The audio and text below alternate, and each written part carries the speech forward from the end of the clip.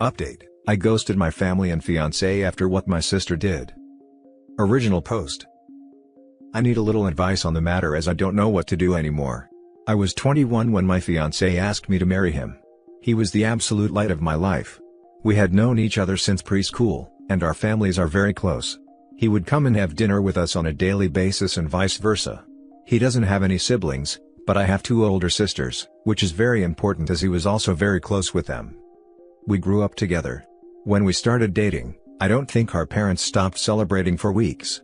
He helped me deal with a lot of my anxiety, and even when I gained a little weight and my mother berated me, saying he was going to leave me, he told her off and said he loved me for who I was, not for what I looked like, even though he claimed I was the most beautiful girl in the world to him. We were only engaged for 6 months before the incident. My middle sister, let's call her Nikki, was a very cold person. She never showed any affection. She only ever opened up to my fiancé, as she said she saw him as a brother, and he also helped her through a lot of her dark times such as battling drug addictions and breaking the law.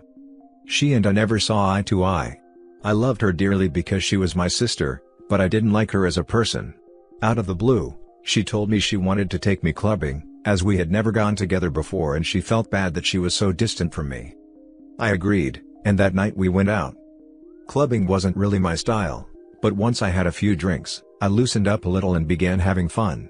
The night was going smoothly until Nikki spotted a guy across the room whom she claimed she wanted to climb like a tree. She walked over to him, and within a few minutes, she was back with a sour expression on her face.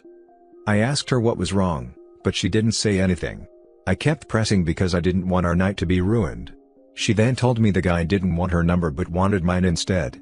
I told her he was a loser and that there were plenty of guys around who would kill to be with a girl like her, but she didn't budge. She told me she needed to use the restroom, and then we would leave. I waited for over an hour. During this time, I was sipping on a lot of different cocktails. I started feeling really dizzy and lightheaded. I figured I'd just cab it home, as I was certain Nikki had left. On the way out, I bumped into a friend of Nikki's whom she had briefly dated.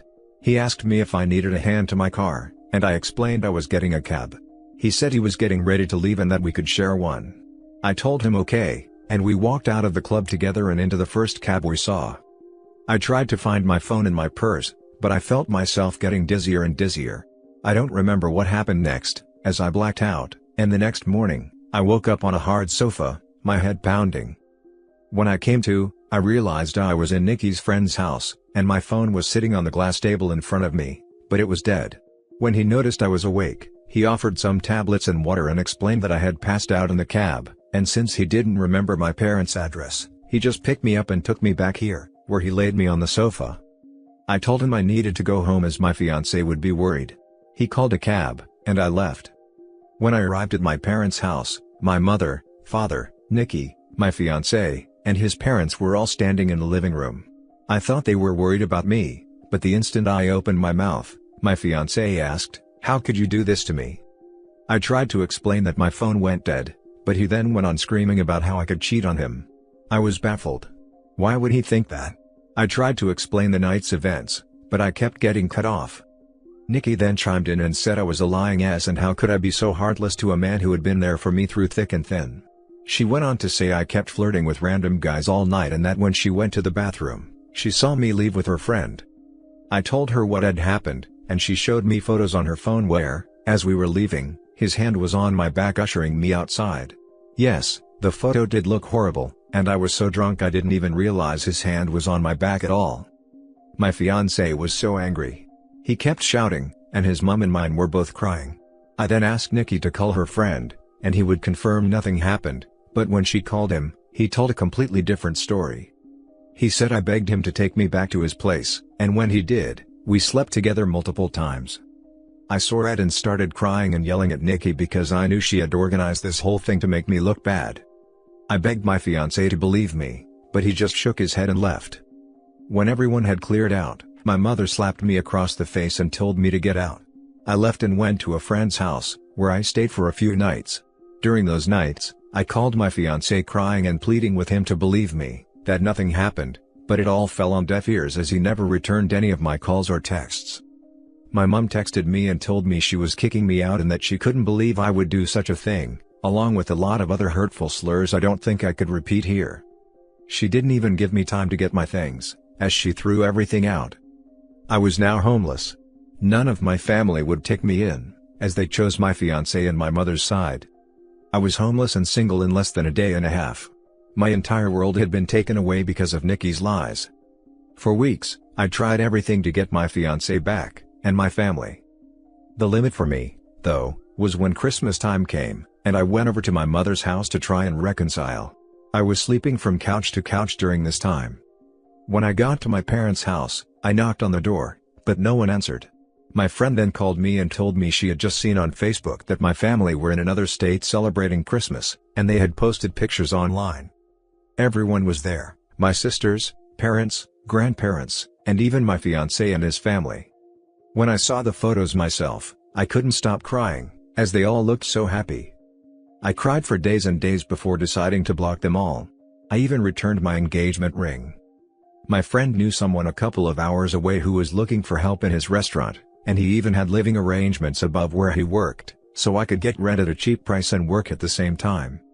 I wanted to start over with my life, as it hurt me that no one took my side and they all left me to fend for myself.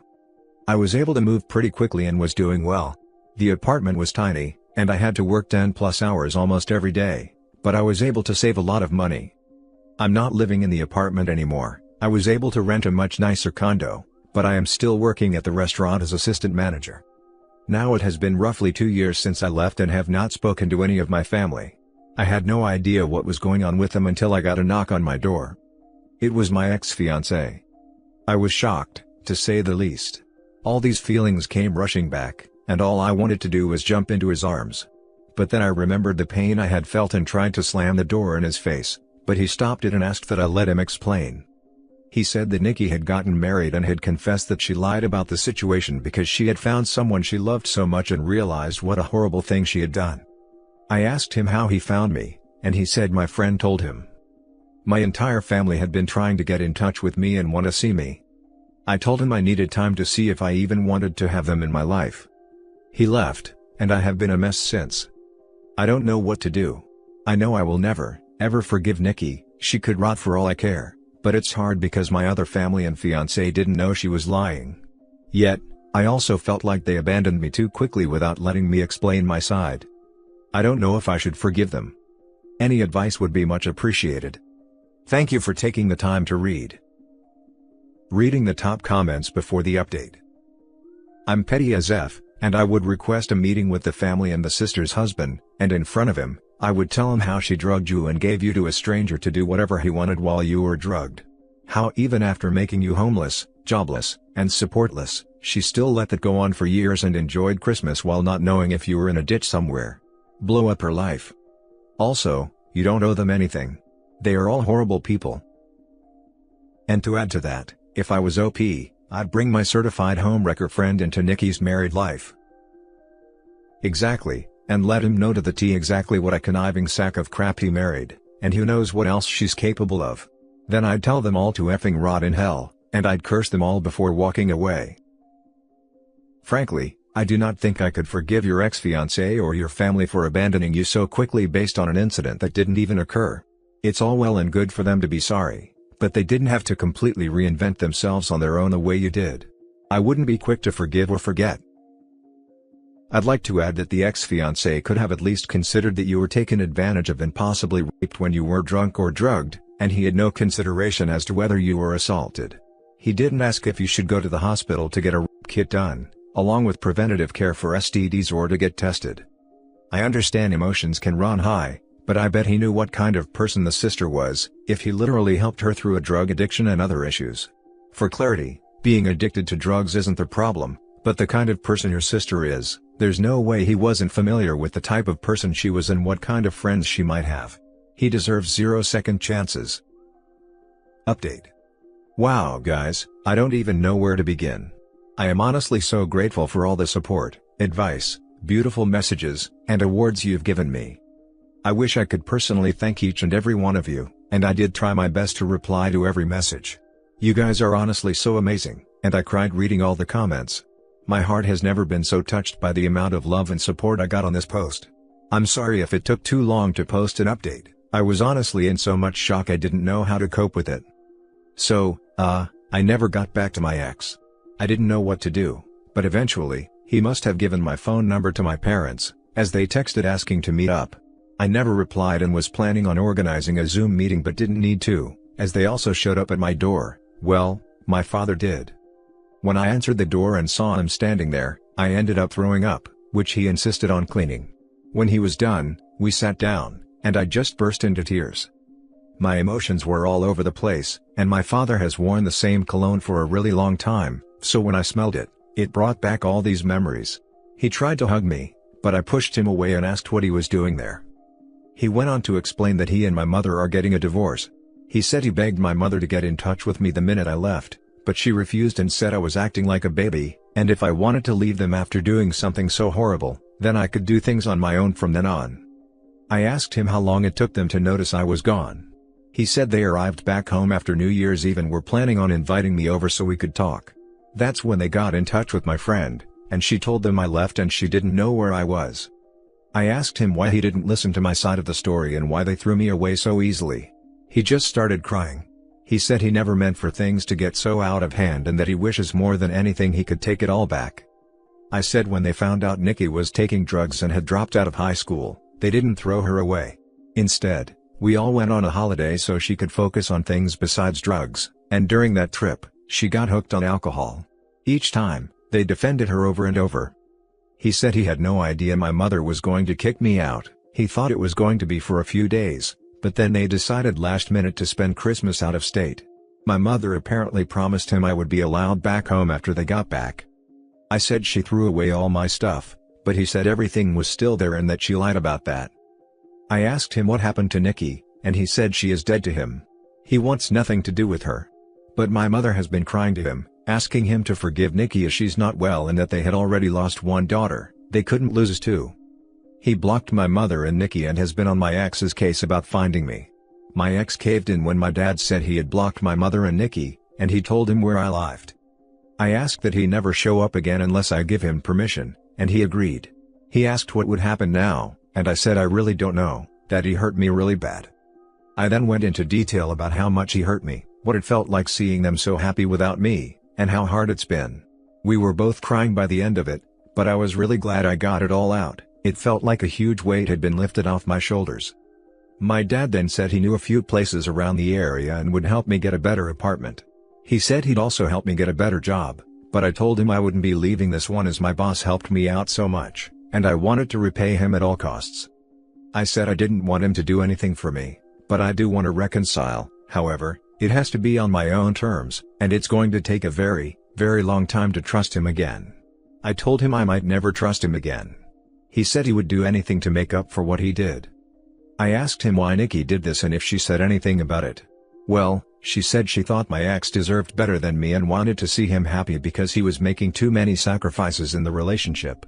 She loved him like a brother and wanted to break the engagement off, so that night she asked her friend to come and escort me out of the club so she could get photos and make it look bad. She said nothing sexual happened. I went to sleep on the sofa and that was it. He was up playing video games all night until I woke up, which he apparently has proof of. My dad was planning on getting my stuff from my mother's house and bringing it to me, but I told him I didn't want those things anymore. I then asked about Nikki's husband, and he said my mother has been hush-hush about the entire situation, but he had his number and wrote it down for me. After my dad left, I decided to call Nikki's husband. I was sweating the entire time and felt so sick. What if I could hear her in the background? Well, anyhow, when he picked up, I just spat everything out, which I deeply regret because I should have eased into it for him. He sounded really confused, so I explained the entire situation again. I even went into detail about her drug and alcohol problems. I was honestly expecting him to curse me out and defend Nikki. Instead, he let out a long sigh, and, well, turns out he had a feeling she wasn't exactly innocent. Turns out she and his sister have been having problems, and Nikki has been spouting non-stop lies about his sister and caused a huge rift between them. His sister didn't even attend their wedding. I told him I was sorry but that he should make things right with his sister because Nikki was the problem, not her. We spoke a little more, and then he hung up. I'm not entirely sure what he's going to do with that information, but I hope he cuts his losses and leaves her. He sounded like a really nice person, and even he has lost his own sister because of Nikki. So, I have decided to reconcile with my dad. My mother has always run the show their entire marriage, so the fact that he's putting his foot down, divorcing her, and going no contact with Nikki shows he's serious about wanting to make amends. I don't think I'll ever reconcile with my mother, as she thinks Nikki is a victim in all this, and at this point, I don't care to listen to her excuses. If she reaches out and we talk, I'll update the post again. As for my ex, I haven't had the time to meet with him and talk, though my dad mentioned he wanted to come with my dad, but he told him I'd be too overwhelmed if both were there and that seeing them separately would help me make clear decisions. He also mentioned my ex was arrested for assaulting Nikki's friend who lied about the entire situation. He was being charged, but the charges were dropped a few days later. I'll update the post again when I have time to speak to my ex. Thank you, guys, for being so patient, caring, and just amazing. So this means your sister literally drugged you just to break your relationship up? The way you were passing out at the club isn't normal. What about your other sister? It might be a lot of hoops to jump through, but I would seriously consider if any charges could be brought against your sister and her friend. They drugged you. They caused you extreme emotional turmoil. But I totally understand, OP, if you just want to wash your hands of them and not reopen old wounds. I'm glad your dad got in contact with you, but just take it slow. It was still a big betrayal, he could have tried finding you sooner, etc., but better late than never. I hope you two build on your relationship. I understand the ex's reaction and pain, but just see what stage you're both in now. Has he moved on? Does he have a girlfriend? Just talk everything out, about how you felt and how you're feeling now, etc. Just proceed with caution. I hope you do overcome this, but be careful.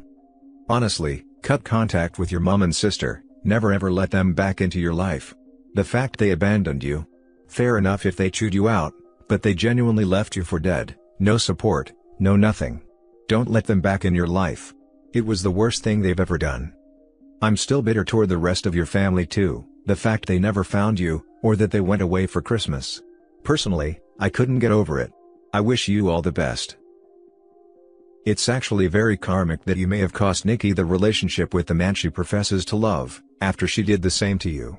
At least in your case, it was an act of charity. That poor guy definitely deserves better. Her sister torpedoed her relationship with lies, OP has hopefully torpedoed her sisters with the truth. On to the next story. I accidentally laughed at my friend about his girlfriend cheating on him. What steps can we take to reconcile? Firstly, what happened was terrible, and she's horrible for that. It makes me so angry that she would do that to him. But I do remember last year when we were at the bar and he met her, something felt off about her.